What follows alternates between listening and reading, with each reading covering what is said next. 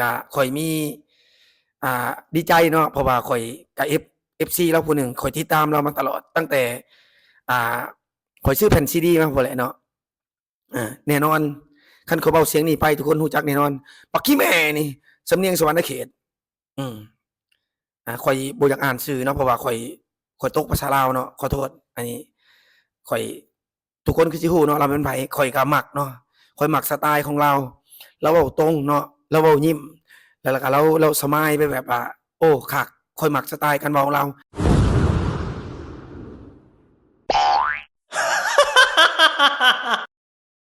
สวัสดีพบกับข้าพเจ้าเปรมออร์แกนิกมื้อนี้ก็พบกันอยู่ที่เพจ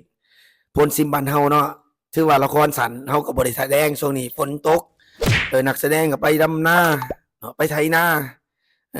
บ้านๆเดอะซีรีส์ของเฮาบ่ได้เฮ็ดเด้อช่วงนี้เด้อต้องขอโทษขออภัยสำหรับ FC ที่ติดตามทางพลซิมบ้านเฮาเพราะว่าช่วงนี้ก็ข้าพเจ้าก็บ่ได้ไปไสแน่ว่าเกียมจะแข่งขันลอยน้ำเนาะอยู่ที่นครปักเซเนาะก็เอามื้อนี้ก็มาติดตามต่อเรื่องการที่ประเทศลาวเฮากำลังเป็นกระแสเนาะก็คือหยุดรับเงินตราต่างประเทศฟังไปแล้วคือว่าเป็นสิ่งที่น่าตกใจเนาะทั้งๆที่ประเทศเฮานี่ต้องใช้เงินตราต่างประเทศเนาะมาหมุนใช้ภายในประเทศแต่มันเฮ็ดให้หลายๆคนยังสับสนแล้วก็เข้าใจเนาะเพราะว่าหลายคนก็เรียนน้อยบางคนก็เรียนหลายบางคนก็เรียนกายก็เลยเข้าใจยากอีกอย่างหนึ่งก็แต่จั่งใดก็แล้วแต่เนาะก็คือเว้ากันสั้นๆก็คือคนลาวเฮานี่อยากเห็นคนในชาตินำใช้เงินกีบเนาะแล้วก็เลยมีแคมเปญออกมาว่าหยุดรับเงินตราต่างประเทศโดยกงที่ใช้ตามห้านมินิมาร์ทห้านขายเครื่องย่อยซุปเปอร์มาร์เก็ตห้านอาหารห้านบันเทิงปั๊มน้ำมันหรือหยังก็แล้วแต่ที่มีการนำใช้เงินตราเนาะโดยความคิดของข่อยคือเป็นการคิดที่ดีเนาะที่เฮ็ดแบบซี้แต่สิ่งที่ดีที่สุดคือเฮาบ่รับเลยเพื่อเฮ็ดให้บ่มี2มาตรฐานคันเฮารับแล้วแน่นอนคนที่รับไปเขาก็จะได้กำไรเพราะเขาไปแลกอันนี้ก็จะเฮ็ดให้ผู้ประกอบการได้รับผลประโยชน์อย่างเต็มร้อยและเฮ็ดให้ผู้บริโภคเสียเปรียบโดยตรงเนาะมื้อเช้านี่ก็ข้อยมีดีใจเนาะเพราะว่าข้อยก็